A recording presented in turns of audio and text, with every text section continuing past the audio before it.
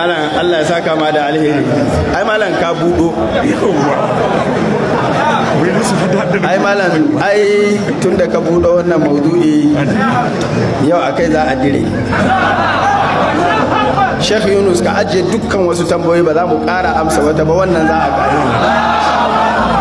Ai malam tunda ka bude maganar kuɗi akan kuɗi za a rufe. Mai tambaya yana tambaya ne cewa menene hukuncin mutumin da yana da shi amma baya bayarwa sai an roƙe shi.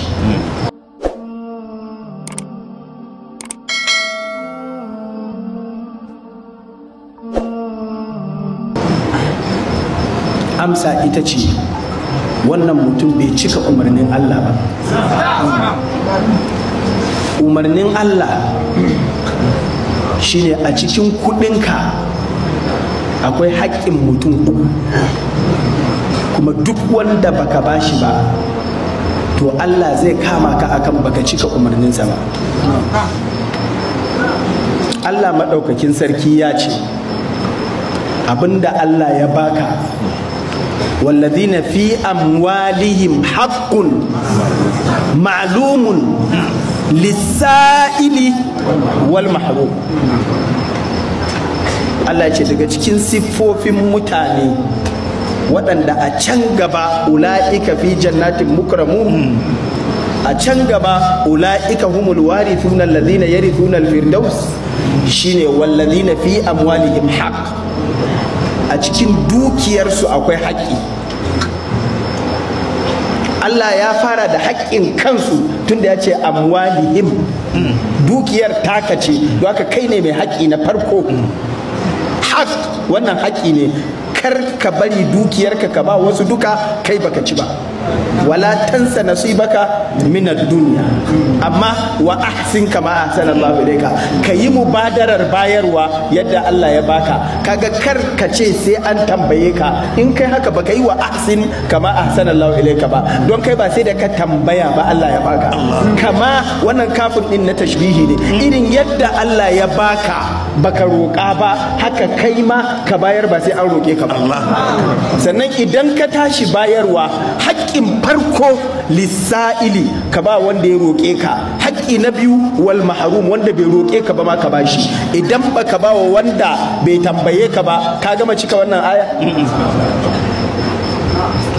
Allah maɗaukakin sarki ya ce ba ma kuɗi ba, ko ragon lahiya aka yanka a gidanka, fakulu minha, kai ka ci naka, wa at'imul qani'a wal mu'tar, ka ciyar da wanda yake roƙonka. Wal mu'tar, alqani shine as-sa'il, al mu'tar shine alladhi ya'tarika li tut'imahu wa la yas'alu, shine wanda zai dan bijiro ka ganshi don ka bashi amma ba zai tambaye ka ba. Saboda a cikin bayin Allah akwai masu haƙƙi waɗanda yahsabuhumul jahilu aghniya min at-ta'affuf, ko da za su mutu ba za su roƙa ba, to akwai haƙƙin su a cikin dukiyarka ka ɗauka ka basu, su ba sai sun tambaya ba ake basu.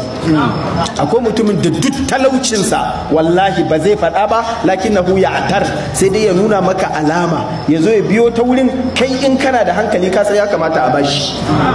Saboda abokinka ne, baka jira sai abokinka ya tambaye ka ka bashi. Dan uwanka ne, baka jira sai dan uwanka ya tambaye ka ka bashi. Makocinka ne, baka jira sai ya tambaye ka. Waɗanda baka san su ba, kuma baka san suna bukata ba, kuma sun shiga cikin ja'iha, sun shiga cikin wahala, mutane ba su sani ba, shine wanda sai ya tambaya. Shi yasa annabi sallallahu alaihi wasallam ya ce roƙo bai halatta ba sai ga waɗansu ƙididdigaggun mutane, suna da wani bai san suna da matsala ba amma su san suna da shi, sai su gaya masa sai ya ba su. Sauran duk wanda ka san suna bukata, kai za ka ba su ba sai sun tambaye ka ba. Idan ka bari sai sun tambaye ka, ka saba wa Allah. Me zai sa mutum in ba marowaci ba ya ga mabukaci kuma ya jira wai sai ya tambaye shi? Kai haka Allah ya maka? Wannan arzikin da kuke gani asalinsa wallahi ba namu bane. Shi yasa Allah madaukakin sarki ce inna nahnu narith, mu za mu gada al'arda wa man alaiha, da kasan da duk abun da duk wanda yake cikin ta Allah zai gaje shi. duk abin da ka gani a duniya ka zo ka same shi ne kuma za ka tafi ka bar shi. Ka yi lissafi ka gani duk abin da ka mallaka a wannan duniyar wallahi ba sai da ka zo ya zo ba, sai da ya riga ka zuwa kafin ka zo. Kafin ya zo hannunka da yana hannun wani ne, juyawa yake yi sai dan zo wurinka, daga baya za ka tura wa wani, in baka tura masa ba za a ture ka wani ya dauka.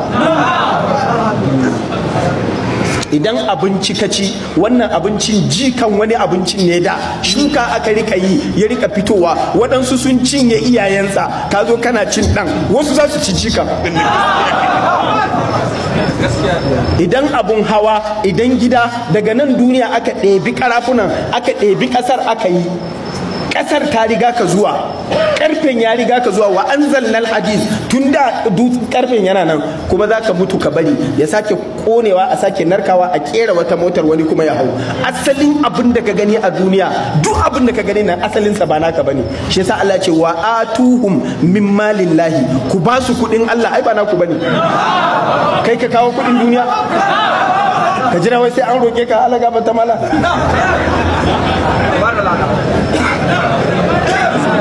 Shi yasa Allah ce idan zai gwada ka, idan kana da kirki, wa atal mala ala ubbihi, kana so din a haka zaka bayar.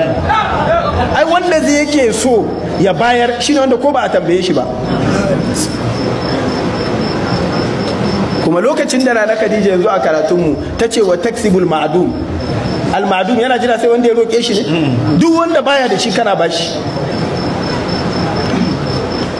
Mutane tsakani da Allah wallahi mu sani, mawadata kuna cikin ni'ima kamar yadda Malam ya ce, amma kuna cikin babban haɗari.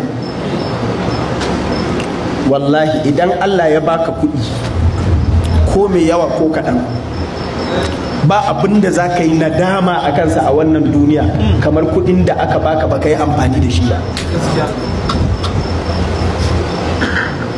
Idan mutum ya zo mutuwa, Allah maɗaukakin sarki ya ce wa an fi ƙumin mara razaqnaku, wannan kuɗin da muka baku ba kai ka nema ba, Allah ne ya baka. Saboda duk abin da ka gani a duniyar nan Allah ne ya baka, ba don neman ka ba. Duk neman ka wani ya fi ka nema, amma Allah ya baka ya hana shi. Kuma yawan kuɗinka da yawan yadda kake samu, yawan yadda kake hutu, wasu suke wahala akan kuɗin saboda kai, ashe ya nuna ba don wahalan ka bane. Don in dai kana da kuɗi da yawa ba za ka wahala ba, wasu ne suke ta wahalan kai kuma suna kawo maka. Ashe ka san lallai kuɗin, lallai ka tabbatar wannan ya nuna maka cewa wahala ba ta kawo samu. Kawai rabo ne, razaqnakum, mun azurta ku a kyauta Allah ya baka.